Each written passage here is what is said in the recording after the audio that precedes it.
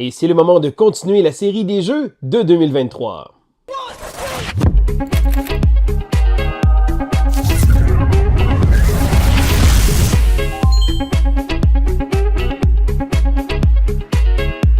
Bonjour à l'école du jeu, mon nom est Sylvain et on se retrouve aujourd'hui pour une nouvelle vidéo de cette série des jeux de 2023. Alors oui, en début d'année, j'ai commencé à vous parler de mes diverses expériences et je me suis dit tiens, je vais essayer de parler du plus de jeux possible en parlant de mes jeux favoris de 2023. Parce que la plupart des gens font souvent leur revue, bon, un top 10, mais moi, il y avait tellement de belles expériences de jeux et surtout des jeux pour tellement de catégories différentes que j'ai décidé de segmenter ça dans une tonne de catégories différentes pour, soyons honnêtes, vous parler du plus de jeux possible. La semaine dernière, j'ai parlé des extensions et aujourd'hui, mon segment d'aujourd'hui va traiter d'une catégorie de jeux qui habituellement fait pas nécessairement partie de mes favoris, les jeux 5 à 6 joueurs. Alors oui, je sais que c'est très ciblé comme type de jeu, mais souvent, bon, la plupart des jeux vont jouer jusqu'à 4 joueurs très bien, donc souvent des jeux euro, des jeux qui vont être un peu plus longs, et lorsqu'on tombe à 7 joueurs et plus, habituellement on tombe dans des jeux de party. Mais là, je voulais trouver des jeux qui se jouent de 5 à 6 joueurs, qui sont pas nécessairement des jeux de party, mais c'est des jeux qui coulent bien avec ce nombre de joueurs-là. Il y a quelques jeux que j'aurais aimé qui ont passé proche. Au début, je me disais, est-ce que j'y vais juste à 5 joueurs? Parce que bon, un jeu comme Waterfall Park est vraiment excellent, mais il se joue jusqu'à 5 joueurs. Et là, je me suis dit, non, je vais essayer de me challenger un peu plus et je vais vous parler de mes jeux 5 à 6 joueurs. Donc, c'est des jeux que je vais avoir eu l'occasion de jouer avec cette configuration-là aussi parce que habituellement, bon, je dirais que quand je regarde mes statistiques ludiques, je me rends compte que la plupart du temps, je joue à 2 ou 3 joueurs. C'est un peu plus rare que je vais jouer avec des grands groupes. Donc, c'est certain que c'est une catégorie de jeu qui était un peu limitée, un peu restreinte, mais j'ai quand même réussi à vous sortir de très bons choix. Et je commence immédiatement avec mon numéro 3 de cette catégorie-là qui s'appelle Your Best Life. Alors, Your Best Life est un flip and write dans lequel on va se faire une vie. Et oui, je pense que c'est le thème de Sims, si on veut, qui est très prenant. Donc, dans ce jeu-là, on va devoir travailler à essayer de balancer notre vie, donc avoir de l'argent, avoir des hobbies. Tout ça est fait avec un système d'icônes et un système de jeux à cocher. Parce que on a un tableau avec un paquet de cases devant nous et selon les cartes qu'on va aller chercher, parce qu'à chaque tour, on va avoir un choix sur une rivière de cartes disponibles, on va prendre des choix. Les choix vont peut-être nous stresser. Des fois, on va essayer de faire des sports, de faire des choses et on va tous avoir des petits buts différents. Donc, c'est un jeu qui est pas compliqué à prendre en main, qui joue bien avec un grand groupe de joueurs, même si, soyons honnêtes, lorsqu'on joue à 5 ou 6 joueurs, ça peut être un peu long pour ce type de jeu-là, mais ça reste que j'ai beaucoup de plaisir. Je pense que le thème vient vraiment rehausser le jeu, parce que mécaniquement parlant, le jeu est bien, mais j'ai joué, quand j'ai regardé mes statistiques, j'ai vraiment joué beaucoup à ce jeu-là, et j'ai joué souvent avec un grand nombre de joueurs. Bon, il y a des parties qui sont éternisées un peu, mais sinon, ça reste un petit jeu qui se prend pas trop au sérieux.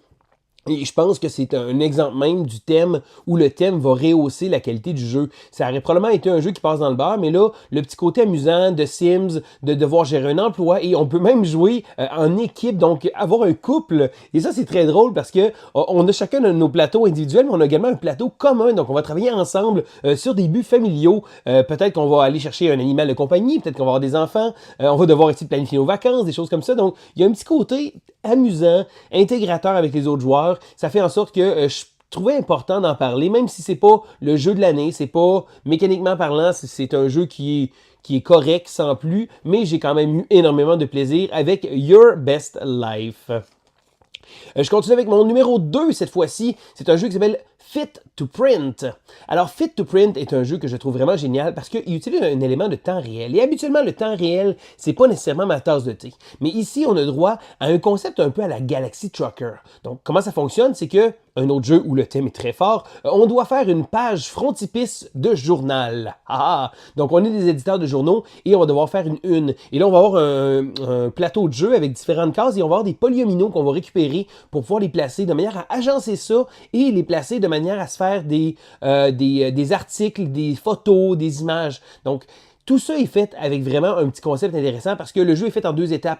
La première étape, on va récupérer au milieu des tuiles, on va les regarder et on va choisir est-ce qu'on les prend pour les mettre dans notre éditorial ou est-ce qu'on les laisse là. Si on les laisse là, on les met face visible pour que les autres joueurs puissent choisir. Et là, il y a différentes couleurs là, qui représentent des différents types d'articles qu'on va pouvoir faire. Et il y a des conditions parce qu'on ne pourra pas mettre des articles de la même couleur, donc des articles qui traitent du même sujet, un à côté de l'autre. Même chose avec des photos. On va essayer de devoir alterner et chaque joueur a son petit agenda. Mais ce qui est intéressant, c'est que, étant donné que le jeu est fait en 2 temps, Première étape, on récupère nos choses. Et deuxième étape, lorsque tout le monde a terminé, on va placer nos polyomino sur notre plateau. Ça veut dire qu'on risque de se planter pas à peu près en ayant pas assez de choses ou en ayant trop. Il faut faire attention de ne pas aller en chercher trop parce que ça va dépasser et on ne peut pas les placer au fur et à mesure. C'est vraiment une question de... On doit estimer à peu près pour réussir à faire ça du mieux de nos capacités. C'est un jeu un peu chaotique, oui, mais j'ai eu énormément de plaisir et ça, je l'ai joué en grand groupe, je l'ai joué en convention aussi avec des groupes de joueurs et c'est un jeu qui a une bonne réception. L'élément de temps réel, au début, j'étais pas certain parce que, comme je dis, c'est pas nécessairement ma tasse de thé, mais ça va très très bien avec ce type de jeu-là. C'est un jeu qui se prend pas trop au sérieux, les règles sont relativement accessibles. C'est assez difficile, par exemple, de bien estimer, mais je pense que tous les joueurs sont dans le même bateau quand j'ai joué. C'est certain que s'il y a un joueur qui a plus d'expérience, peut-être qu'il fait un peu mieux pour calibrer tout ça, mais au final, je pense que un type de jeu comme ça qui joue très très bien, 5 à 6 joueurs aussi, le petit côté frénétique d'aller chercher les articles, d'essayer de réussir à faire nos choses et je pense que ça gagne à être connu. Un petit jeu, une belle petite boîte, un jeu très sympathique avec un thème très original, celui de faire une page de journal. Je trouve ça vraiment vraiment super et pour ma part, je pense qu'on le remarque aussi avec ma dernière sélection, les thèmes qui sont différents un peu vont toujours aller me chercher un petit peu plus. Donc c'était mon numéro 2 avec Fit to Print. Mon numéro 1, lui, est un jeu qui est je dirais pas un reprint, c'est une réimagination, pas nécessairement une réimplémentation non plus, c'est vraiment un jeu qui se tire vraiment énormément du jeu Acquire. Alors Acquire est un jeu de Sid Saxton qui est sorti dans les années 60 et qui a été ressorti l'année dernière par Renegade Games.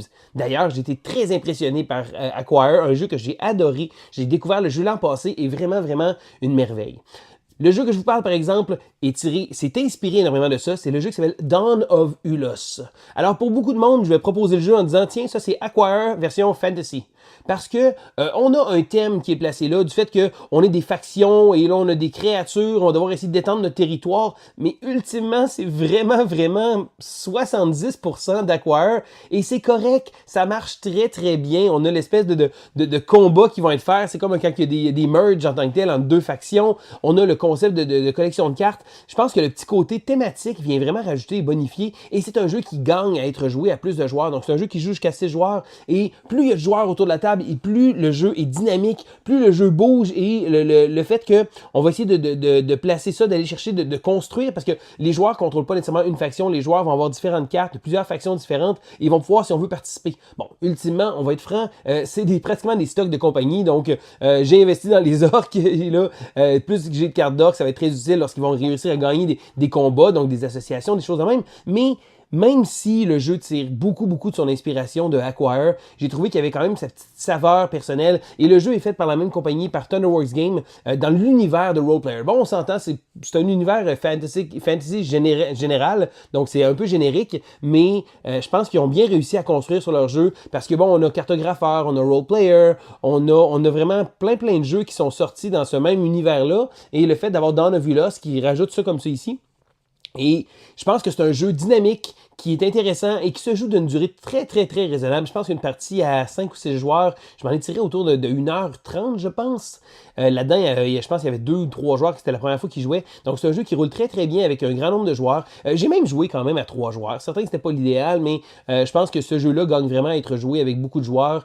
Ceci dit, si vous aimez Acquire ou si vous connaissez pas Acquire, mais que vous aimez les trucs un peu plus thématiques, parce qu'on s'entend Acquire, c'est très corporate, c'est très on fait des chaînes d'hôtels. Là, ici, on a un côté fantasy un peu avec des créatures fantastiques, mais ultimement, c'est vraiment une gestion de territoire. Donc, on va avoir on va créer des territoires avec différentes tuiles comme ça. On va essayer de placer ça de manière à pouvoir réussir si on veut, à devenir la faction la plus importante et la plus influente du territoire. Donc, c'est vraiment un super bon jeu. Si vous ne connaissez pas Dawn of Ulos, c'est pas un jeu qu'on a entendu beaucoup parler, mais je vous invite à jeter un coup d'œil parce que pour moi, il mérite ma sélection du numéro 1 des jeux de 5 à 6 joueurs de 2023.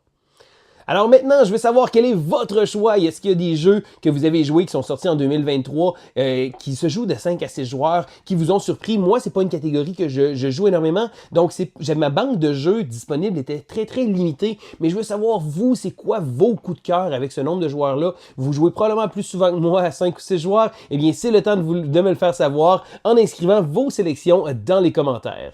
Donc, c'était Sylvain. Pour l'école du jeu, on se dit à la prochaine!